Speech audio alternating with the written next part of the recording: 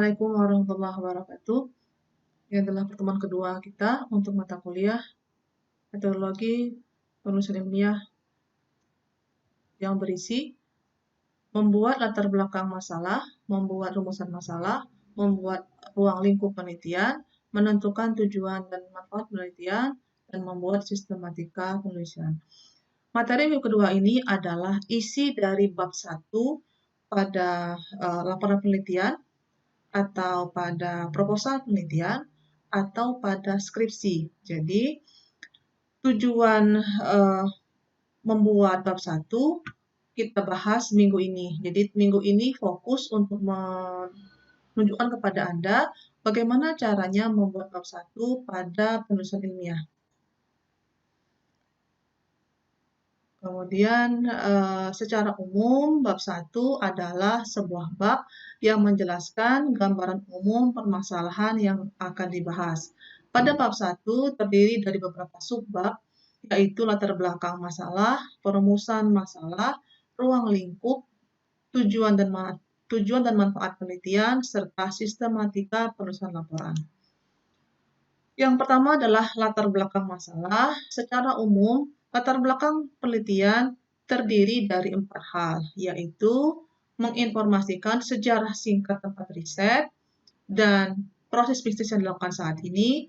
Yang kedua, menguraikan dan menjelaskan alasan mengapa masalah penelitian perlu diteliti. Yang ketiga, latar belakang penelitian juga berisi pendekatan atau metode penelitian yang digunakan untuk menyelesaikan masalah penelitian.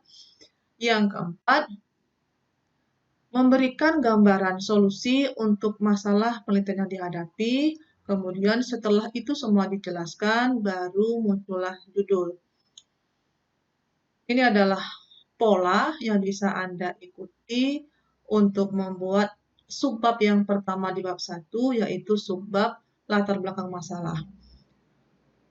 Ini adalah panduannya, bisa Anda ikuti. Anda bisa menggunakan beberapa paragraf di dalamnya. Kita ikuti pola seperti ini biar lebih mudah saja. Paragraf 1 Anda isi dengan informasi tempat riset. Paragraf 2 Anda isi dengan masalah penelitian dan jelaskan mengapa masalah tersebut penting untuk diteliti. Jadi, paragraf 2 ini uraian dari masalah penelitian yang sudah Anda dapatkan minggu lalu. Paragraf 3 isi dengan metode penelitian yang sesuai untuk menyelesaikan masalah penelitian tersebut. Jadi, Anda boleh memilih metode yang sesuai. Jadi, nanti jelaskan misalnya, Anda menggunakan metode RAD, Rapid Application Development. Anda jelaskan mengapa masalah di tempat riset itu bisa diselesaikan dengan RAD. Apa keutamaan RAD, sehingga itu yang Anda pakai. Dijelaskan di paragraf ketiga. Paragraf yang keempat, isi dengan gambaran solusi jika masalah di penelitian itu sudah Anda selesaikan dengan sebuah metode penelitian. Akan seperti apa nanti solusinya, dijelaskan secara singkat di paragraf keempat. Lalu, setelah itu baru Anda tuliskan penelitian ini mengambil judul tertentu. Itu adalah isi dari subbab yang pertama, yaitu subbab latar belakang masalah. Dan contohnya, ini contohnya adalah contoh yang saya ambil dari salah seorang mahasiswa bimbingan saya tahun lalu. Jadi saya pakai contoh skripsinya. Ini adalah contoh paragraf 1, yaitu paragraf yang menjelaskan tentang informasi tempat riset. Jadi kebetulan mahasiswa ini mengambil tempat riset di sebuah sebuah tempat fotografi, namanya ekofotografi. Kemudian jelaskan bahwa tempat ekofotografi ini beralamat di mana, lalu mulai usaha tahun berapa, kemudian siapa pemiliknya, lalu siapa saja yang bergerak di bidang bisnis tersebut, siapa pesertanya, berapa orang fotografer, berapa kamera, dan sebagainya. Kemudian, proses bisnis yang terjadi saat ini seperti apa, dijelaskan. Dia menangani bisnis apa, fotografer apa yang dia ambil. Apakah fotografer untuk prewedding misalnya, atau untuk acara eh, di kantor atau apa, jelaskan di sini. Jadi satu paragraf ini menjelaskan apa itu ekofotografi, lalu apa saja proses bisnis yang dilakukan oleh ekofotografi. Itu adalah isi dari paragraf 1 di latar belakang masalah. Kemudian paragraf 2-nya menjelaskan masalah penelitian. Jadi, masalah penelitian yang sudah Anda temukan minggu lalu diuraikan di sini. Jelaskan secara lebih rinci mengapa masalah itu penting. Di dalam contoh disebutkan bahwa salah satu masalah yang ada dalam ekofotografi adalah kurangnya promosi dan sulitnya menjangkau pelanggan dari luar Pulau Bangka. Jadi ada dua masalah besar di dalam ekofotografi, yaitu masalah promosi dan masalah keterbatasan pangsa pasar. Sehingga itu dijelaskan detail di sini kenapa itu jadi masalah, Anda uraikan. Lalu paragraf yang ketiga,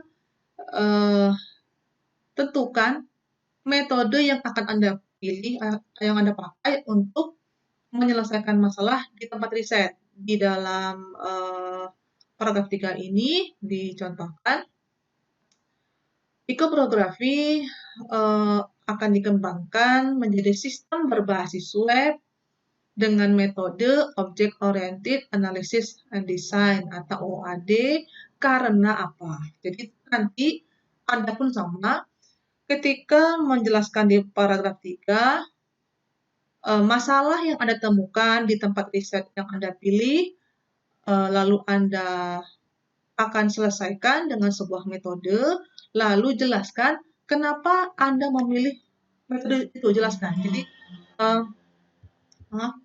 Jadi kalau dalam contoh ini, kenapa memilih OAD? Karena dianggap cocok untuk mendukung pengembangan sistem secara bertahap dan berkelanjutan tanpa menghentikan proses bisnis yang sedang berjalan. Itu misal saja. Nah, definisi ini Anda cari dari definisi yang sebenarnya, cari dari buku atau dari penelitian orang lain. Jadi Anda nggak boleh ngarang, menentukan mengapa ada cocok misalnya. Maka ketika Anda memilih misalnya sebuah metode, Anda memilih metode RAD misalnya, maka Anda harus jelaskan di dalam paragraf 3, kenapa RAD itu cocok, kenapa RAD itu dipilih, alasannya apa, jelaskan di bab 3. Kemudian setelah menemukan metode yang dianggap cocok, di paragraf 4, Anda jelaskan gambaran solusinya. Nanti setelah ekofotografi ini dibuatkan sistem berbasis web, akan apa? Akan apa setelahnya? Akan mempermudah pelanggan mengakses informasi dan bisa melakukan pemesanan foto secara online tanpa harus datang ke ekofotografi. Nah, kalimat mempermudah pelanggan dalam mengakses informasi dan bisa melakukan pesanan tanpa harus datang ke ekofotografi itu harus berkaitan dengan apa yang Anda jelaskan di paragraf 2. Lihat bahwa di paragraf 2 dijelaskan di sini bahwa jika seorang pelanggan ingin memesan paket fotografi, maka pelanggan tersebut harus datang ke tempatnya. Jadi tidak bisa dilakukan secara online. Makanya dia bilang terbatas pemesanannya. Nah, masalah ini nanti harus Anda singgung di dalam paragraf keempat, bahwa kesulitan yang ada di dalam paragraf kedua nanti akan diatasi dengan sebuah gambaran solusi. Jadi nanti kalau dibilang di paragraf 2 Anda bilang susah untuk buat pesanan karena harus datang ke tempat fotografinya, Maka di paragraf 4-nya Anda jelaskan akan, karena belum ya, baru akan dibuat. Nantinya akan, karena kan mau berbasis web, maka setelah berbasis web, para pelanggan akan dipermudah pada saat ingin mengakses informasi dan melakukan pesanan foto secara online. Itu adalah hubungan sebab akibat antara paragraf 2 dan paragraf 4. Kemudian selain itu nanti dibahas masalah promosi juga, sudah dibilang di paragraf 2 bahwa ada dua masalah besar, yaitu masalah promosi dan masalah pesanan. Sehingga dijelaskan di paragraf 4 bahwa sistem berbasis web juga akan mempermudah pihak Iko Fotografi dalam melakukan promosi jasa foto, lalu mendata pesanan, dan meningkatkan kualitas layanan kepada pelanggan. Nah, berdasarkan hal itulah, maka judulnya muncul. Jadi, jika Anda ditanya suatu saat nanti, kenapa memilih sebuah judul, maka alasan memilih sebuah judulnya tertera di bab 1, subbab yang pertama, yaitu subbab latar belakang masalah. Jadi, kenapa memilih judul pengembangan sistem informasi promosi dan pesanan jasa fotografi berbasis web dengan OOAD di Iko Fotografi? Karena tadi kan sudah jelaskan bahwa Iko Fotografi masih menggunakan sistem konvensional yang sulit untuk melakukan promosi dan menerima pesanan dari pelanggan di luar Bangka. Jadi judul itu nanti akan muncul di subbab yang pertama, yaitu subbab latar belakang masalah. Itu adalah isi dari latar belakang masalah.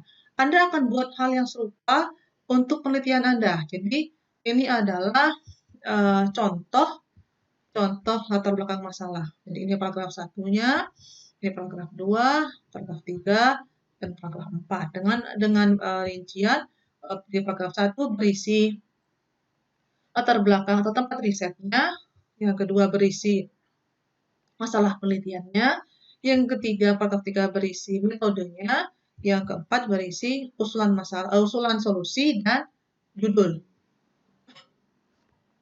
Setelah membuat latar belakang masalah di 2.1 atau subbab yang pertama di bab 1, di subbab yang kedua di bab 1 adalah rumusan masalah. Ini adalah contoh rumusan masalah yang diambil dari contoh yang sama, yaitu meriset di Iko Fotografi. Ini dibuat ada 4. Jadi Anda mau buat 4, Anda mau buat 1 itu tidak masalah. Jadi bedanya adalah jika Anda membuat rumusan 1 saja, seperti contoh yang di minggu pertama, maka rumusan yang cuma 1 itu merangkum semuanya, bersifat lebih global, lebih mirip sekali dengan masalah penelitian itu kalau cuma 1. Tapi kalau Anda membuat lebih detail, silahkan. Ini dibuat contoh lebih detail, dibuat ada 4. Yang pertama, bagaimana membuat sebuah sistem yang nantinya memudahkan Iko Fotografi dalam mempromosikan jasa foto. Promosi jasa foto ini adalah masalah penelitian. Salah satu masalah penelitian, maka dijadikan satu rumusan masalah. Yang kedua, bagaimana cara memudahkan Iko Fotografi dalam mendata pesanan pelanggan.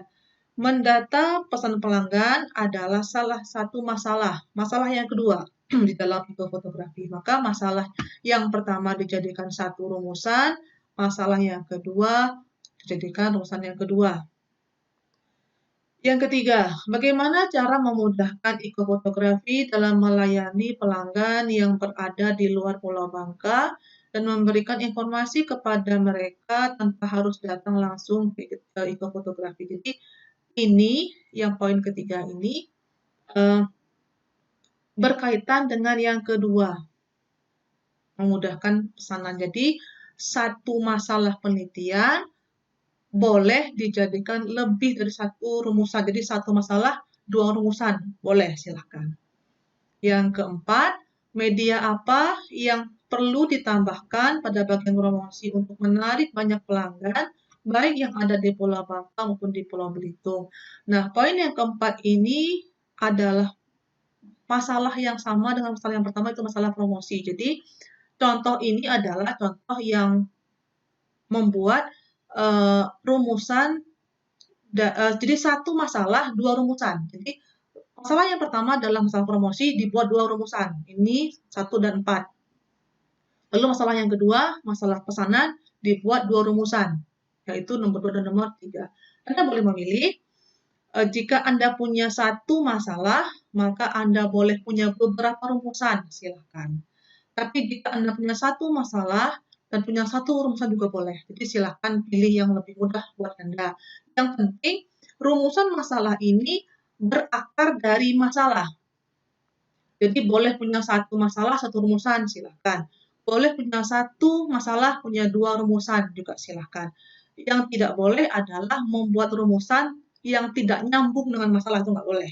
Karena nanti akan kelihatan ini hubungannya apa. Gitu ya. Jadi yang paling penting adalah buatlah rumusan masalah yang hubungannya jelas dengan masalahnya sendiri. Gitu ya. Jumlahnya berapa, terserah, tidak masalah. Yang ketiga adalah ruang lingkup atau batasan masalah. Ruang lingkup adalah batasan subjek yang akan diteliti. Ruang lingkup dapat berupa apa yang dibahas dalam penelitian dan apa yang tidak dibahas dalam penelitian. Jadi nanti ketika Anda buat, saya minta Anda menuliskan nanti di dalam poin 2.3 ini di dalam bab 1 di ruang lingkup atau batasan masalah, tuliskan Anda mau buat apa? Mau buat promosi, mau buat pesanan, lalu yang tidak apa tulis. Tidak melayani retur misalnya. Jadi tulis apa yang dibuat dan tulis apa yang tidak dibuat. Itu adalah ruang lingkup atau batasan masalah. Ini contohnya, kita gunakan contoh yang ekofotografi tadi. Guna menghindari topik permasalahan yang keluar dari jalur, maka penulis membuat batasan masalah sebagai berikut. Yang akan dibuat dalam ruang lingkup adalah mendata fotografer, mendata paket foto, mendata pelanggan, mendata pesanan paket jasa fotografer, dan mendata pesanan non-paket. Sedangkan yang tidak dilakukan adalah peminjaman kamera, lalu alat yang rusak di fotografer dan biaya ganti ruginya, serta tidak melayani atau tidak membahas pembatalan pesanan setelah jatuh tempo. Ini misal saja. Jadi, sama seperti ini, ketika nanti Anda membuat bab 1 Anda di poin ruang lingkup atau batasan masalah, tolong ditulis apa yang Anda buat dan apa yang tidak Anda buat. Itu harus ditetapkan. Jadi jelas yang ya dan yang tidak. Itu adalah ruang lingkup. Kemudian, tujuan penelitian. Ini adalah solusi. Jadi, ketika Anda membuat tujuan penelitian, silakan lihat lagi masalahnya apa. Solusi ini harus berkaitan erat dengan masalah. Jangan menulis solusi yang tidak ada masalahnya. Jadi, kalau Anda bilang tadi bahwa di ekofotografi sulit promosi, maka tujuannya mempermudah promosi. Jika Anda bilang bahwa di ekofotografi sulit buat pesanan, maka tujuannya adalah mempermudah pesanan. Jadi itu adalah kaitan antara solusi dengan masalah atau tujuan penelitian dengan masalah. Kemudian, sama seperti yang di awal, dikatakan bahwa poin-poin yang Anda tulis dalam tujuan penelitian harus sesuai dengan poin yang ada dalam masalah penelitian. Ini contoh. Nah, karena tadi dikatakan bahwa di rumusan ada 4, maka dibuat 4 tujuan penelitiannya, silahkan saja. Kita lihat tadi rumusan masalahnya. Nah, ini tadi ada 4 ya, ada 4, maka dibuat jadi 4 tujuan. Mempermudah promosi, mempermudah pelanggan mendapat informasi, mempermudah mendata pesanan, lalu mempermudah layanan pesanan kepada pelanggan yang ada di luar Bangka. Jadi ini sesuai dengan yang di rumusan masalah, silahkan. Lalu manfaat. Manfaat itu adalah keuntungan. Keuntungan yang akan didapat jika sistem ini dipakai. Siapa yang akan diuntungkan? Siapa yang akan mendapat manfaat? Yang pertama adalah pemilik sistemnya. Jadi nanti tuliskan apa manfaat bagi pemilik sistem. Bagi ekofotografi, apa yang didapat jika sistemnya dibuat berbasis web? Tulis. Apakah meningkatkan penjualan misalnya, apakah meningkatkan pelanggan, ditulis manfaat untuk pemilik riset. Yang kedua, manfaat untuk pemakai sistem. Manfaat untuk pelanggan apa? Manfaat untuk fotografer apa misalnya. Tulis yang berkaitan dengan pemakai. Yang ketiga, jika ada pemangku yang lain. Jadi pemangku kepentingan itu adalah orang-orang yang terlibat secara tidak langsung kepada sistem, misalnya pariwisata misalnya. Apakah ada hubungan dengan sana? Kalau memang ada, silakan tulis. Jadi secara umum adalah manfaat ini adalah apa keuntungan yang akan didapatkan oleh berbagai pihak jika penelitian yang dilakukan ini sudah berhasil dilakukan. Contohnya, maka yang mendapat manfaat adalah masyarakat, pemakai sistem, pemakai jasa ya, mendorong masyarakat untuk memakai jasa ekofotografi.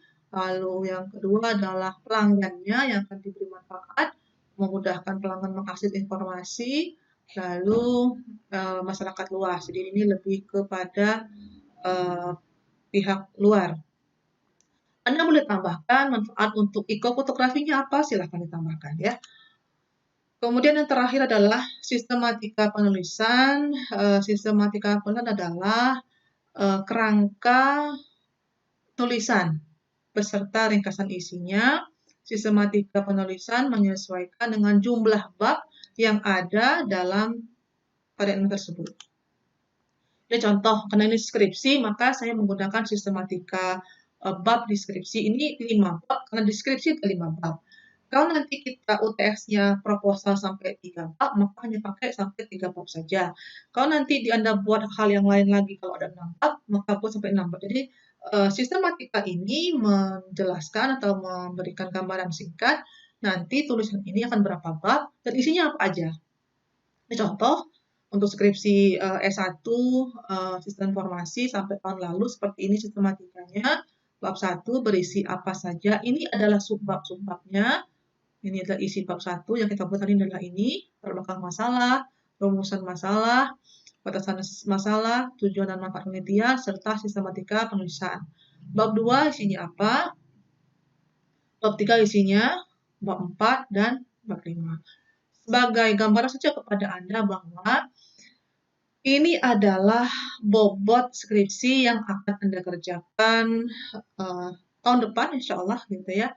Kemudian ini juga yang akan Anda kerjakan selama 1 semester ini. Jadi kita mengerjakan bab 1 sampai bab 5 ini selama 16 minggu insya Allah. Dan ini adalah isi dari laporan penelitian Anda. Ini adalah UAS bagi Anda. Jadi mohon perhatian bahwa MPPI ini adalah mata kuliah yang cukup berat. Mohon serius mengikutinya tiap minggu. Karena yang dapat adalah hal yang cukup berat sebenarnya ya. Yang mohon dikerjakan pelan-pelan, kita kerjakan per babnya, tiap beberapa minggu selesai. Ini kita kerjakan selama 16 minggu dengan harapan bahwa semester depan, ketika semester 7 di KKP, Anda cukup siap untuk KKP, sudah bisa menulis dengan baik, sudah punya gambaran apa yang sudah buat di KKP nanti, dan apa yang sudah buat nanti di skripsi. Nah, materi kita hari ini adalah membuat bab 1. Sudah dibahas contohnya. Nanti saya berikan contoh bab 1-nya sebagai bahan pertimbangan untuk dilihat. Lalu akan saya berikan format skripsi dari Prodi SI untuk Anda baca. Nanti formatnya mengacu ke format skripsi SI biar mudah diikuti untuk Anda seterusnya. Nah, maka Satu minggu ini, saya minta Anda untuk mencari tempat riset. Saya minta yang simple aja, karena kondisi sedang pandemi sekarang.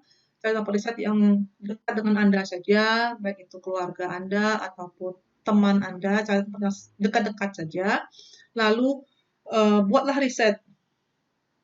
Lakukan observasi ke sana, bertanya ke sana, cari masalah penelitian, lalu buat bab satunya.